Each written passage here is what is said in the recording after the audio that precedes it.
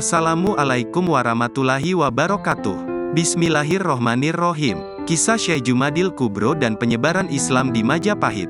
Syekh Jumadil Kubro dikenal sebagai mubalik ternama. Pemilik nama asli Husain Jamaluddin Akbar ini punya andil besar dalam menyebarkan Islam di Nusantara. Bahkan, Wali Songo yang terkenal di Tanah Jawa berasal dari keturunannya. Syekh Jumadil Kubro dilahirkan pada 1310 Masehi di negeri Malabar, di dalam wilayah Kesultanan Delhi.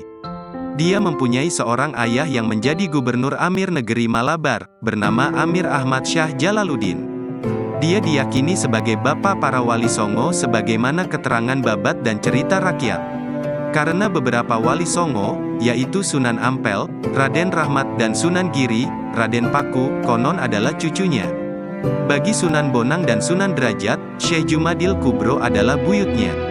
Sementara Sunan Kudus adalah cicitnya, keturunan keempat. Bahkan makam atau petilasan dari Syekh Jumadil Kubro diyakini berada di sejumlah tempat. Namun, makam Syekh Jumadil Kubro yang berada satu lokasi dengan situs Trowulan Majapahit menunjukkan jika dia memiliki kedekatan dengan pejabat kerajaan Hindu terbesar tersebut. Padahal lokasi tersebut merupakan makam khusus untuk penguburan kerabat raja atau orang-orang dalam istana Majapahit.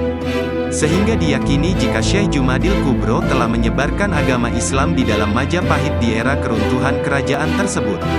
Sasaran kegiatan dakwahnya yang pertama kali adalah di lingkungan kerajaan Majapahit, yaitu daerah Trowulan, Mojokerto.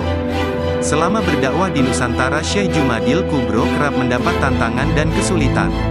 Sejumlah literatur menyebut, Syekh Jumadil Kubro yang merupakan salah satu ulama besar di zamannya ini kemudian menghadap ke Sultan Muhammad pertama sebagai penguasa kekhalifahan Turki Utsmani saat itu.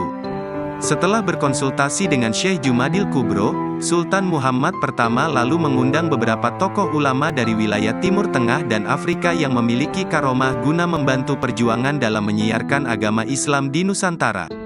Mereka terdiri atas 9 orang ulama yang kemudian disebut Wali Songo. 1. Maulana Malik Ibrahim, ahli tata negara dan pengobatan.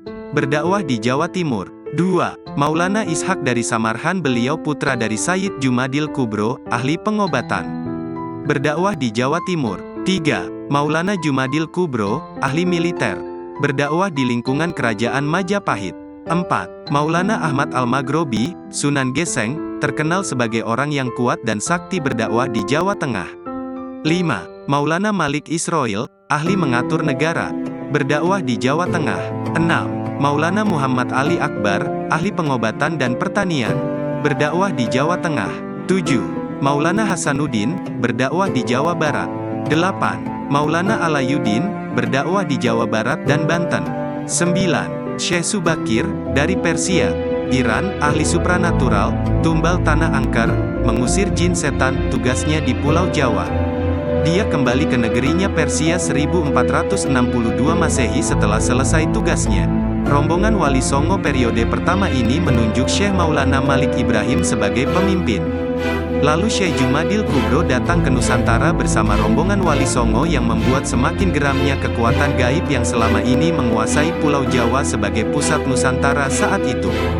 Melihat situasi keangkeran Pulau Jawa yang semakin menjadi-jadi, Syekh Maulana Malik Ibrahim selaku Mufti Wali Songo yang pertama ini memberikan tugas kepada Syekh Subakir, salah satu anggota Wali Songo yang ahli dalam bidang metafisika, ahli mengusir jin, setan, genderuwo dan sejenisnya, untuk segera melakukan tugasnya memasang tumbal pada daerah-daerah angker di Pulau Jawa sehingga dapat melumpuhkan kekuatan-kekuatan gaib yang selama ini menguasai Pulau Jawa.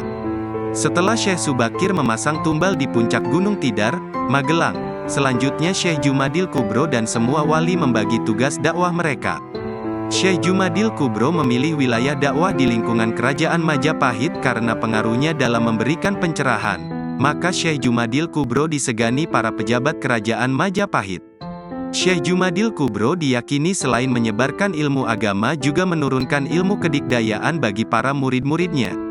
Sehingga tak heran saat wafat, konon Syekh Jumadil Kubro dimakamkan di antara makam pejabat kerajaan Majapahit seperti Tumenggung Satim Singgomoyo, Kencono Wungu, Anjas Moro, Sunan Ngudung, ayah dari Sunan Kudus, dan beberapa pati serta senopati lainnya. Semoga kita bisa mengambil hikmah dan pelajaran dari kisah ini, amin ya robbal alamin. Wallahu a'lam bishawab. Assalamualaikum warahmatullahi wabarakatuh.